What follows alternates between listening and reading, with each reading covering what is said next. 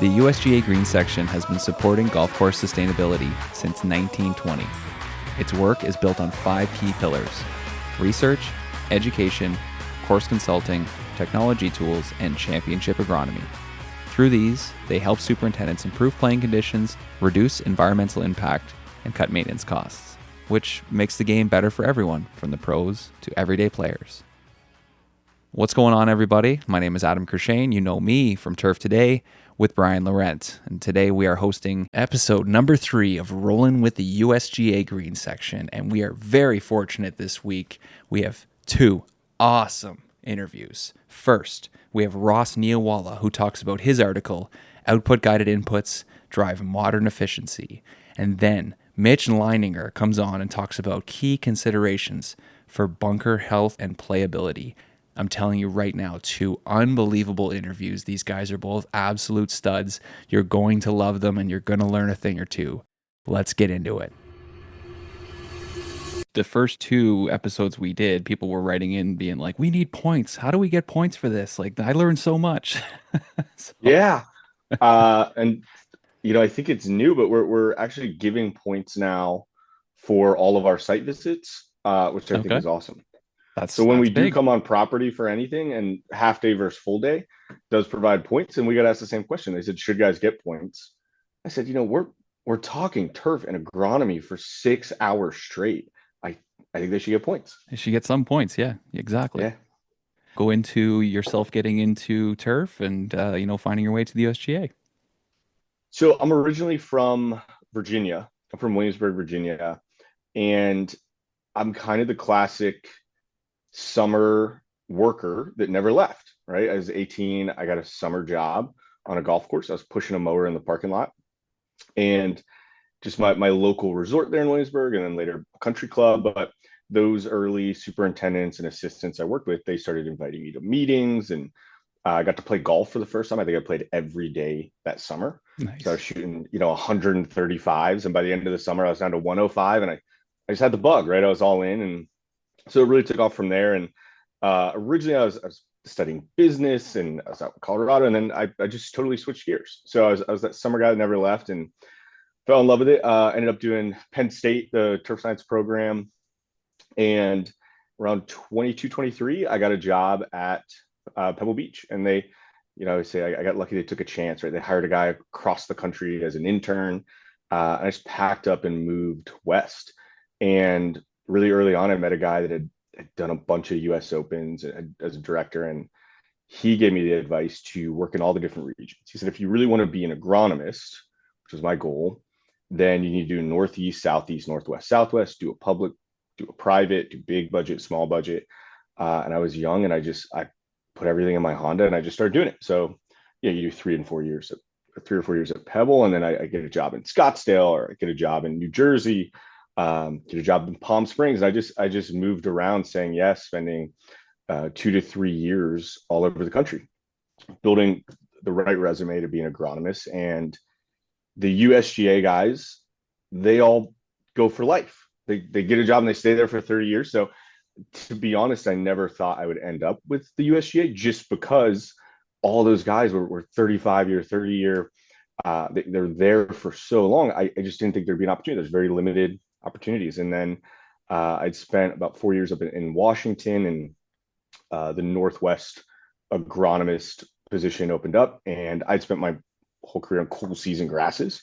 And so it was just right fit, right time. I built the resume, and it became open, and everything really kind of fell into place. And it was a dream job, dream come true to get the agronomist position with the USGA.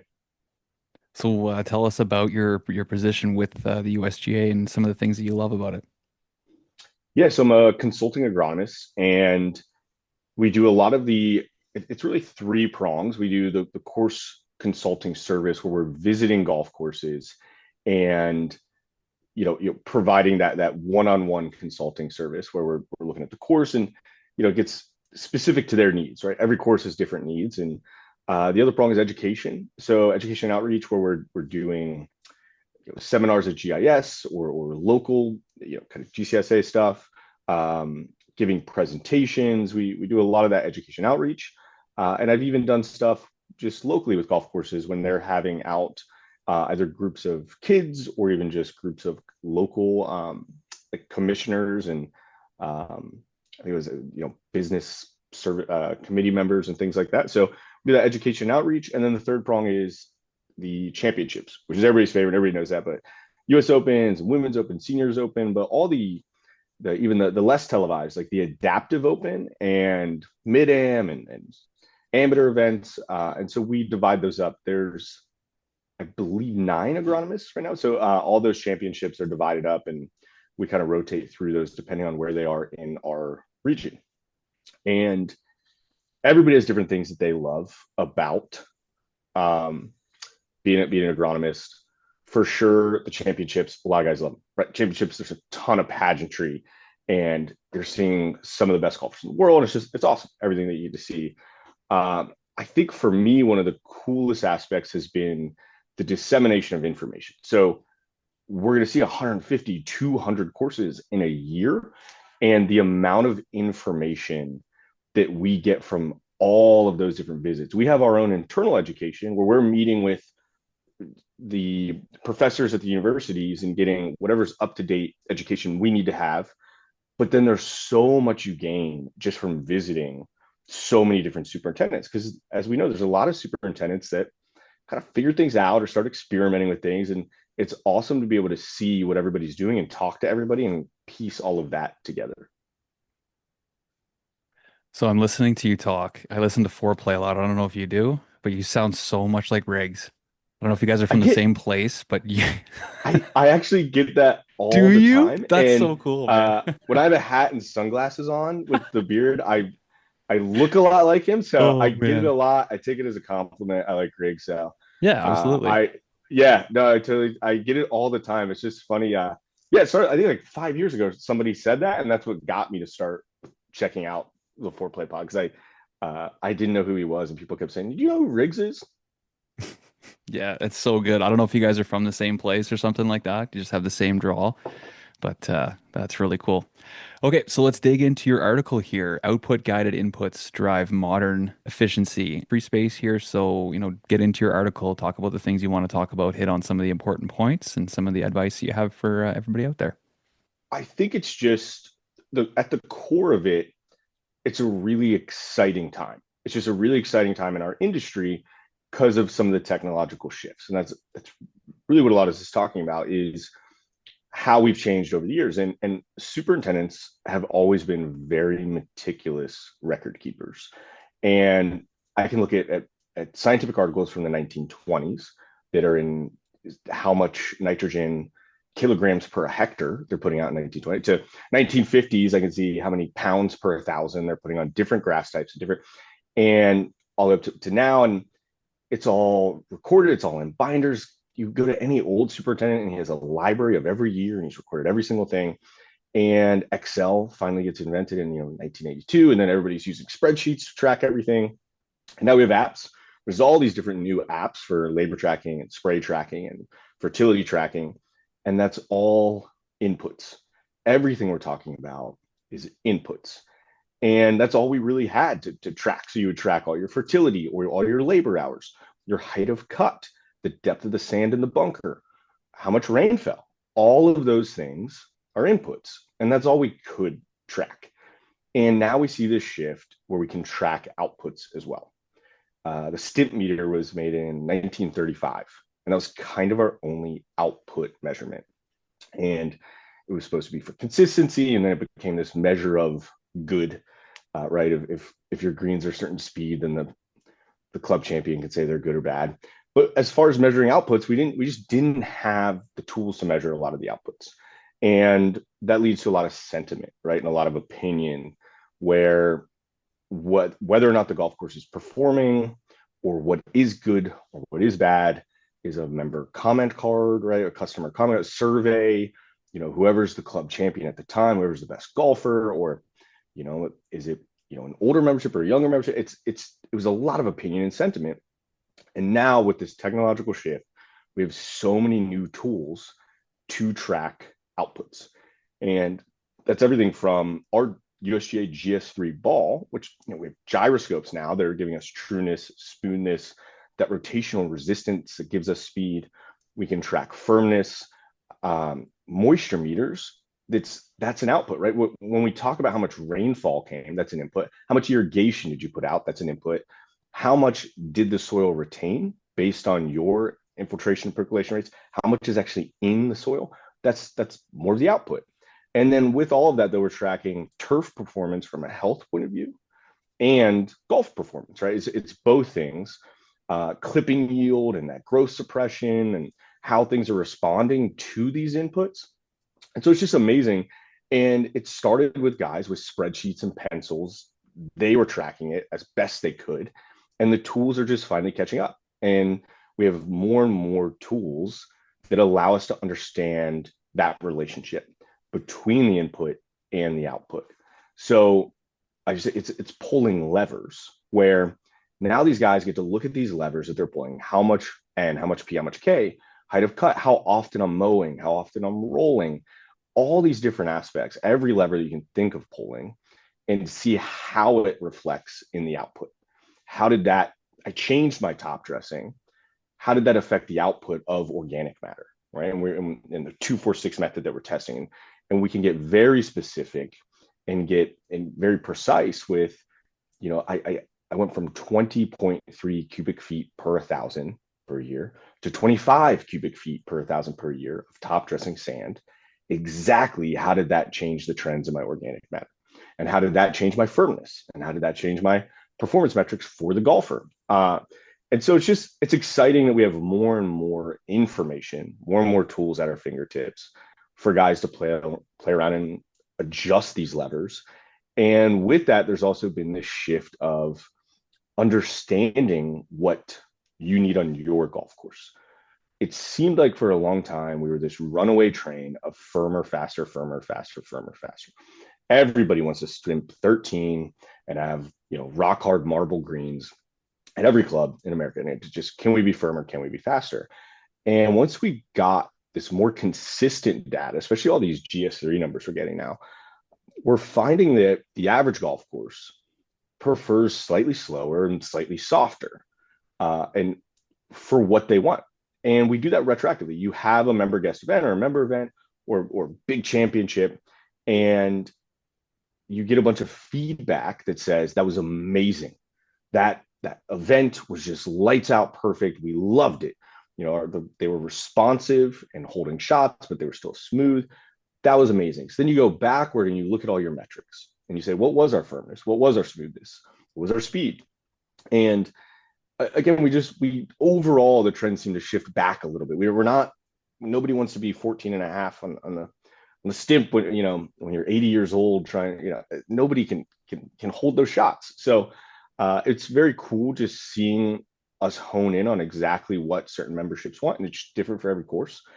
But also understanding the inputs to get to those numbers and the diminishing returns on how often you have to mow, how often you have to roll. And sometimes you're not getting that benefit from that night mow and night roll, right? Or triple cutting in the morning. There was a lot of things we were kind of just doing to do because it was what was always done. And we'd seen it anecdotally work. Hey, we did this last year, we did it the year before, it works, we know we're going to do it. Now we're able to take a look and say, do we really need that extra double cut in the afternoon? Or do we really need to double cut and roll 7 days in a row if it only gains us 2 extra inches or 1 extra inch on the stimp, or if it doesn't really affect firmness, things like that. And what we found is just guys are able to achieve the same results that they want to achieve and need to achieve, but they're able to do a little bit less. You can skip a certain mow or skip a certain roll. And that applies to everything from those performance metrics to also turf health, where just clipping yield alone, monitoring that, which is fairly new, right, in the last 2 decades or so, you can skip a certain amount of mows if you're not seeing that canopy growth, or if you're suppressing so much with PGRs. And so it's just all of that is really interesting in the relationship of inputs and outputs, and how good guys are getting at manipulating those even at different times of year based on climate, weather, needs. It's just getting extremely said precise and methodical, and they got these programs dialed, and more information seems to be the winner, right? And so even organic matter testing, I have guys now that are testing all 18 greens at least once a year, but some guys are doing it twice a year. They want to do OM on all 18 greens so that they can do specific manipulation, not only course by course now, but hole by hole. And you can adjust your fertility for par three because it gets more traffic and ball marks, or do two passes with an aerifier because that green has higher OM, or increase the top dressing on a green that has higher OM. So all of this data and all of this measurement of outputs is leading to even adjusting how we do maintenance on a hole by hole basis to be more consistent across all 18, because we're measuring that output instead of that input. We could say, well, yeah, I mowed this one once, and I mowed this one twice, and I mowed this one 3 times, but all the greens are stimping the same speed. And it's just, that's that relationship of input and output. Yeah, that's so cool. Really well done. I wanted to ask you what you thought some of the obstacles were for adopting some of these programs and tools at different courses. Yeah, I think the biggest one, it is more labor, right? If we say, hey, you need to start tracking all of this data, if you don't have the bodies, if you don't have the guys, it can be daunting, especially again, superintendents are they're hard workers. They want to do all 18 holes. They want to track everything. So it's always me trying to dial them back a little bit. Say, hey, you don't have to get speed or firmness or clipping on every single green. You don't need this GS3 on all of them. And if you haven't done anything, let's start small. Can we just do the green next to your shop? Have your guy dump his buckets and then mow it, and then dump the clippings at the shop as he's driving by. Can we do 2 greens? Can we do a control like your putting green and then another green out on the course? But you start small, because the biggest hurdle it's the biggest hurdle for everything, right? It's labor, and can you get your guys to do it? The superintendents don't have time for it. They're already running ragged. So can you get your guys to buy in and adopt it and do it the right way? And can you find the guys that can do it? And so I always just say start small, start really, really small. If you just do 1 green or just one metric, let's start with that. And you'll find ways to kind of sneak it in. But any data is good data. And so again, if you can't do it every day, let's do it every other day, right? Or do it every Friday. Any data is going to be better than none. And we can kind of start small and build it. That's always the biggest hurdle, though, is actually, it's not the cost of any of the new tools. It's not, like I said, tracking or spreadsheets or applications. It's finding the time actually physically out on the course, because no superintendent and no assistant in this country has free time. Nobody has an hour in the middle of the day where they're saying, what should I do? What should I do right now? Maybe I'll take some data. No, they're already all running ragged. So how can we sneak this extra thing in? And I think we're going to see a change there, even just in the labor force. I've seen a couple guys that are hiring assistants, almost like a tech assistant, or somebody in college, let's say for the summer, that has no golf experience, they can't mow, and they're really just the computer guy. They're running the drones, they're running the applications, because there's a million pieces of data to collect. You can do payroll online now, right? You can do all your labor tracking, all your scheduling, there's so much that's done on the computer now. So I've actually seen guys just hire kind of college interns that are computer guys even, and they don't even go in the course and mow. It's just, I need you to operate all of the back end stuff. And I think you'll see a little bit more of that back end heavy skill set just in general, that younger guys, assistants that can fly drones and run all these new applications, whether it's, like I said, moisture, irrigation. I mean, some of the new irrigation systems on the iPads it's crazy what you can track and manipulate. So I think you're just going to see that back end skill set just get heavier and heavier, and that'll be another shift that we see. But those are certainly the biggest hurdles. I don't see any kind of monetary cost, or I really don't see that being a hurdle. Once guys start seeing the value of the data and how it's able to save them money in labor or inputs or fertility, everybody seems to want as many tools as they can get kind of once they cross that bridge. So I love how you talk about the big shift, and I really want to know what you think about our industry 10 years from now. How's that going to look? Yeah, it's so hard to predict, because I think like anything, even when we see it coming, those shifts tend to they happen very slowly and then kind of all at once. And I would use electric vehicles as a really good example. Electric cars and Tesla goes back to the mid 2000s, right? Like it was around as a company and things were happening. And there was always news about this new car company or this new electric or that. And it's this very slow shift. And then kind of all at once, you look around and there's just electric vehicles and a million car brands doing it. And same thing with any kind of new technology. It's very slow. It's coming, it's coming, coming, and it all happens at once. And I think that's what we're going to see with a lot of this new technology. And like I said, this kind of back end, what's capable of us. We're always the trickle down. Ag is the big brother. And so as they adopt things, it kind of trickles down to us. And I think everything with the autonomous is going to keep getting better. I see guys already. I was in New York 2 weeks ago, and the drone spraying that they're doing is really cool. And I know a lot of guys are experimenting with that, but I just think the future where a drone you can fill up your tank the night before, and automatically a drone takes off at 10 p.m. and sprays all your greens, and there's no one out there. I think that's going to happen. I think having mowers that you could set to go mow, especially specific areas, I think that's going to keep going forward. And it's the shift of just more autonomous and more computer backed. And that just goes with everything we're doing. Like I said, if you go back to 1975 and you look at what is on the computer, right, versus now, and that's a 50-year, 60-year kind of trend timeline. So it's going to take time, but I think we're just going to keep shifting toward anything that makes their jobs a little easier. And having something spray in the middle of the night or mow in the middle of the night is a big deal. I think everybody wants a automatic autonomous bunker raker. I think we're all Mm-hmm. desperate for one of those. But even the autonomous range pickers, I just think you're going to keep on shifting that direction. But there's so many other aspects that are really hard to predict. When we look at the last 5 years and golf and just how it's growing and the trend numbers and where those are at, I don't think anybody predicted just the demographics, where we're growing, the junior golfers, how fast it's growing, this bubble of golf in 2020 that isn't a bubble and it just keeps growing. So there's so much that's also really hard to predict. And more than anything, I think it's hard to predict the timeline, right? So we could say autonomous is certainly going to happen and drones are certainly going to happen. It's going to keep getting on this back end what we can do with technology. But does that happen in 2030 or 2040 or 2050? How long does it take to become affordable? But I think everybody should be aware that it is going to keep getting more affordable. And even like organic matter testing, not long ago, it was $2,500 per green to do an organic matter test.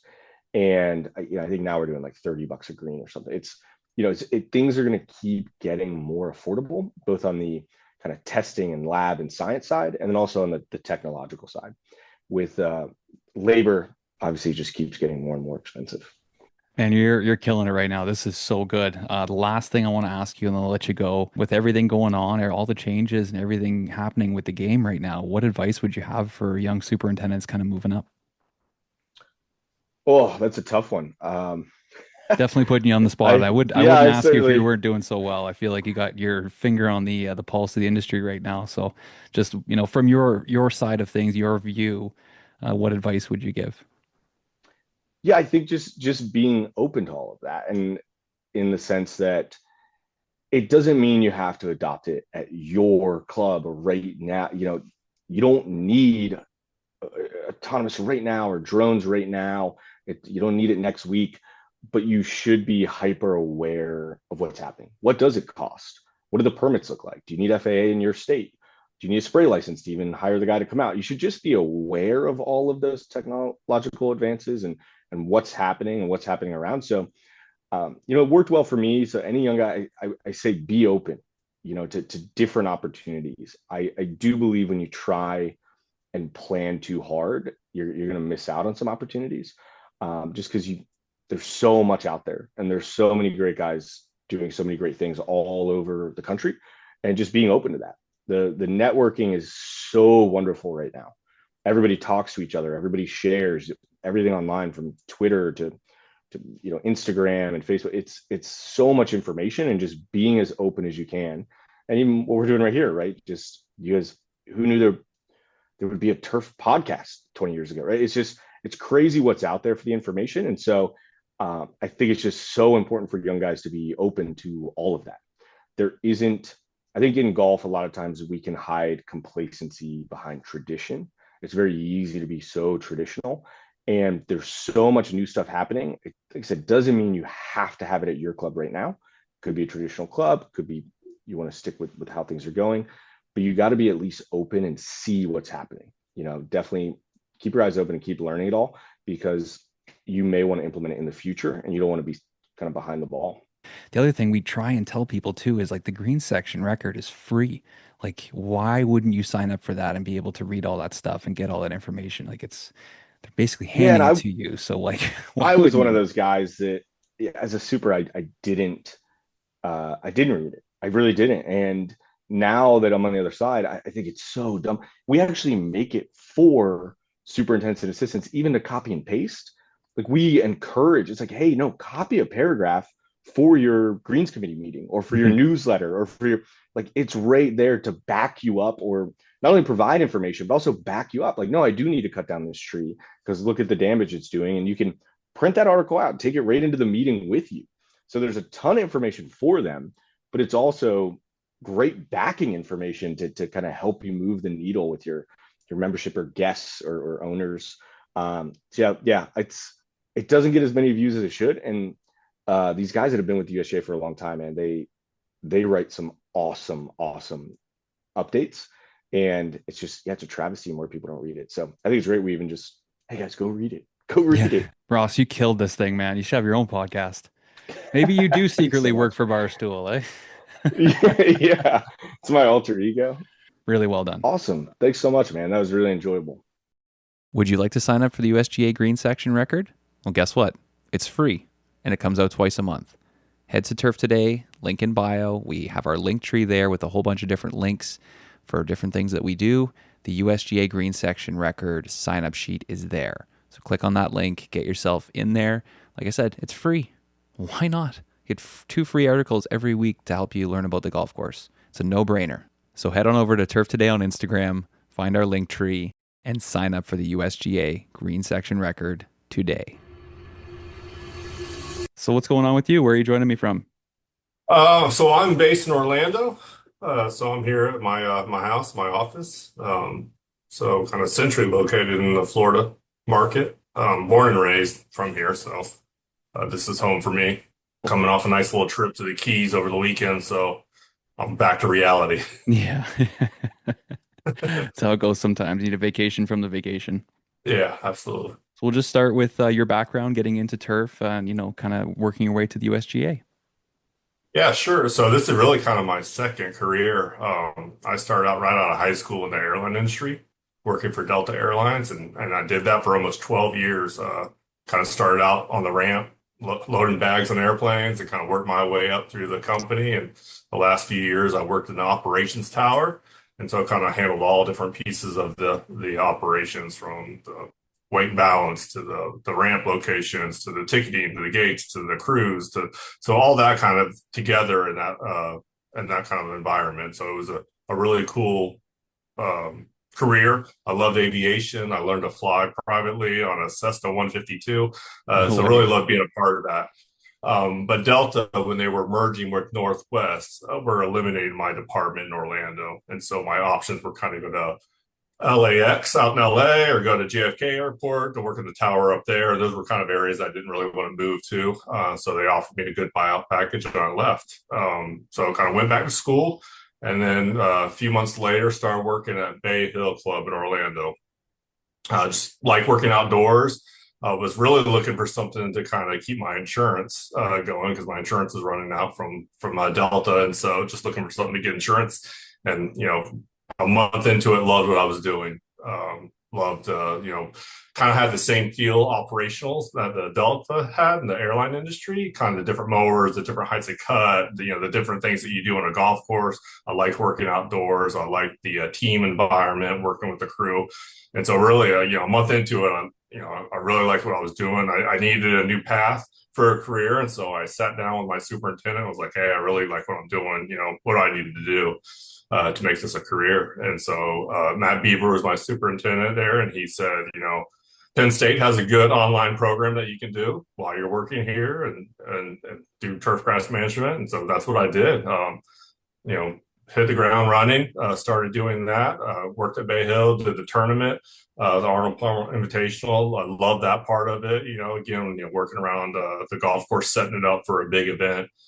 And then later in 2009, we had the renovation there at Bay Hill. So I got to be a part of that renovation and redoing the greens and new bunkering and just regrassing a golf course. So within that first year, I had just a kind of whirlwind of turf grass management and kind of just taking it all in. I really enjoyed myself doing that. And so, yeah, I was hooked. And so from there, I moved on to a few years later to Shingle Creek, which is a resort property in Orlando. Heavy play, a lot of tournaments there as well.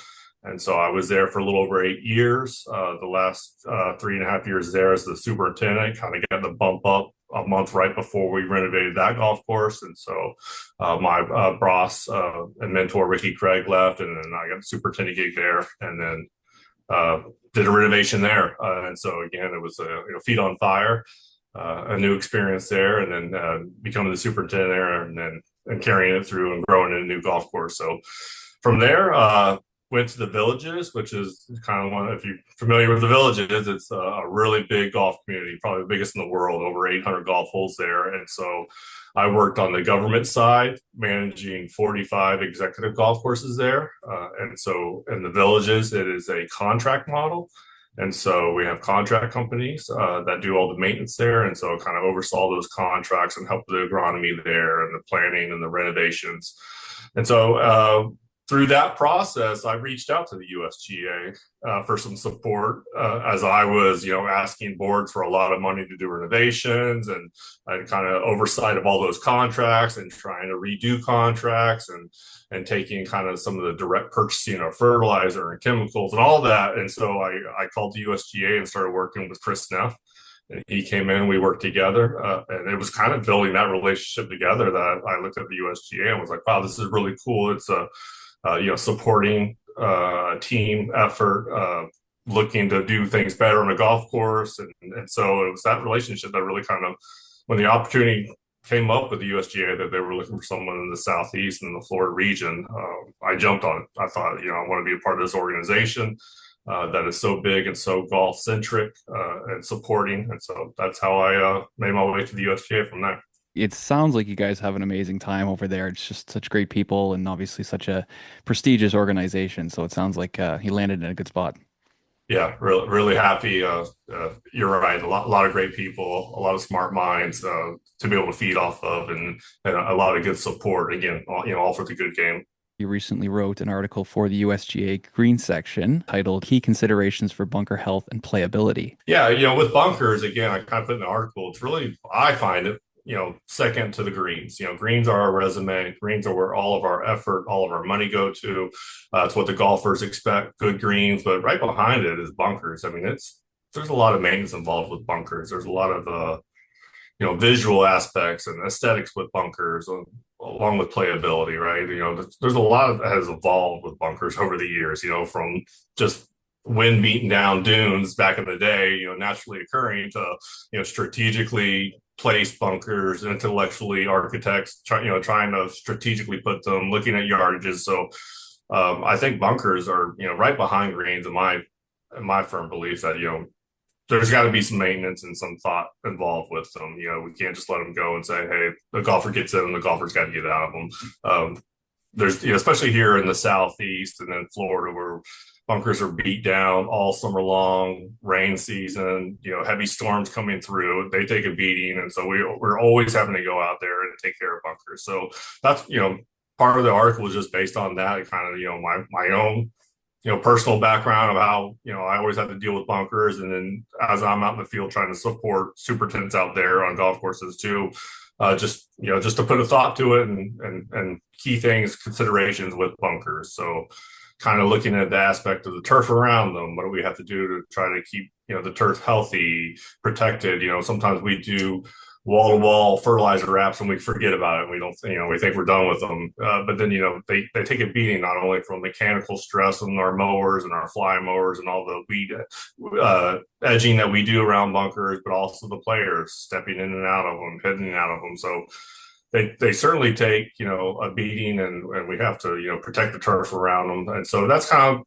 what I was looking at to try to give just key insights on, not to forget to give that extra love to them, whether it's more fertility, spray applications, making sure we do insecticide applications on them, all those key things that, that turf around the bunker is going to get, used and abused, if you will. And so we have to, do those little extra, just like we do on the greens. We certainly do extra effort, extra spray applications to protect our greens. The same thing should go around the bunkers. And then looking inside the bunkers, part of being with the USGA is just a plethora of great resources, great articles, great featured articles, videos. And we have so much of that I try to include when I put my reports when I'm on golf courses, helping out superintendents and giving them avenues that they can do more research and look at too, as well as, just inside the bunker, whether it's bunker sand selection, drainage, liners, what do they need in their facility to be successful with bunkers, to be able to have a good playing surface for golfers, and the maintenance, what's more maintenance friendly for them, what's going to help out for them as well. So I know our Brian Whitlark, who is our regional director out west, did a great feature article on that. So I wanted to include that, all about bunker selection and testing and the different sand and particle size analysis and all the things that superintendents can use as resources as they're making decisions. A lot of the golf courses I go to are doing renovations, and so kind of one of the things I tell them is do a demo bunker. Build one to the specs that you want to use, to the sand you want to use, drainage, liner, and let it be a test model for your membership to play out of. Let them have a little bit of, foster a little buy-in and a little, personal feel how they like it, and based on the knowledge of the superintendent too, what he wants to do for maintenance-wise and what he thinks is going to work out. So I think that's a good thing to be able to do as far as the inside the bunker, what's involved inside. So those are kind of the aspects I try to put in the article to be able to try to, to help out. Again, it's evolving, right? Now bunkers have irrigation pop-up zones around them that are site-specific, and that's new from when I started, and even before I started, you didn't hear about that kind of stuff. And there's so much emphasis about, making sure moisture is properly put on bunkers instead of flooding the inside of the bunkers with just a turf head throwing into it or over it. And so there's, again, a lot of things with bunkers, I think, that are evolving, that maintenance there, specialized equipment now based on bunkers. When I started at Bay Hill, I was carrying 2 rakes, walking to the fairway bunker and raking out that way. And just the machinery now that we have for bunker maintenance is pretty unique and pretty amazing too as well. So again, bunkers are here. They're going to take the maintenance that we need to. And so I just wanted to try to give an article that might be able to help superintendents lead them down a path to think of different ways to be able to maintain bunkers, thought process, and then also if they're going to rebuild or renovate a bunker, key aspects to think about as well. So what would be some tips that you would have for superintendents listening to this, going into a renovation or potentially, a big construction project? Yeah, again, I think it's, working with vendors, looking at your different sand that you have available, what's the cost scenario, where are you bringing it, trucking it in from? That's all going to play a factor. And then again, getting that testing done for your particular property. What kind of, underlying soils do you have? Is it heavy soils? Is it sandy soils? How's the drainage going to work? Do you need drainage in there? Do you need liners in there? Is there, big rock material that might come back up that you have to think about? So those are all factors I think is site specific that superintendents might need to think about. Again, working with their vendors, what's the availability? How close are they going to be able to get the sand, and what kind of sand to use? Again, that's why I attached that article from Brian Whitlark, which is such a great article to be able to go through some of those site-specific things and testing as well. How often do you think golf courses should be testing their sand? I think when they renovate, that's when the initial testing needs to happen. I'm a big proponent about, having a line item, right? During construction, you're going to have a line item for bunkers. So same thing when you have a maintenance budget. Every year, you should have some kind of a line item there. And so bunkers are going to require that maintenance. I think that every few years, you should be excavating out that sand and putting new sand back in if you can, if your club's got the funds to be able to do that. But especially here in the Southeast, again, summertime, just getting beat wash down, sediment. There's so much aspects about that sand that gets beat up day in, day out here in the summertime in Florida. So that's, something I think is a big factor. That's if you can do it every 3 to 5 years, going in there and kind of shelling out old sand. It's good material that you can still use top dressing, whether it's tees, fairways, areas in your golf course. So you can reuse that material. But I think it's important, especially in the Southeast, if you can, to go through and put in some fresh sand every 3 to 5 years, and kind of a mini renovation, if you will. Check the drainage while you're in there, blow it out, make sure that it's working properly. Those are all things, again, I think that if you're looking at a time frame, it's 3 to 5 years on bunkers, especially here in the Southeast. Interesting. Interesting. You were a superintendent, so I think you're the perfect person to ask about this. How do superintendents, educate leadership at the golf course or the golfers themselves about the difference between playability of a bunker compared to, just the visual aspect or the visual side of it? Because there's always complaints about the bunkers, and it's the difference between the visual side of it and the actual playability. So how do you educate people about Yeah, that? I think you take them out there and you do kind of a field day, if you will. Bring them out there and talk about those things. Everyone's gonna have a different opinion. One's gonna like the bunkers, and somebody else is not gonna like them. So I think it's a collective effort. If you can do kind of a field day in the field, bring them out there and talk about bunkers. One, how you maintain them on a daily basis and what's involved, so they understand the stresses that are put on maintenance teams with bunkers, especially after a rainy period. You get a 3-inch rain, that'd be an opportunity to bring them out and be like, here, this is what we would deal with. Because there's times, especially here in Florida, you go 5 days in a row where you're sending your maintenance guys out there every single day to redo bunkers, and it can beat down morale, let alone the asset itself. So I think those little field days where you can go out there and maybe take a group of leaders, whether it's from the membership or from your direct leadership from the club, that you can go out there and kind of talk about maintenance on them, and then playability.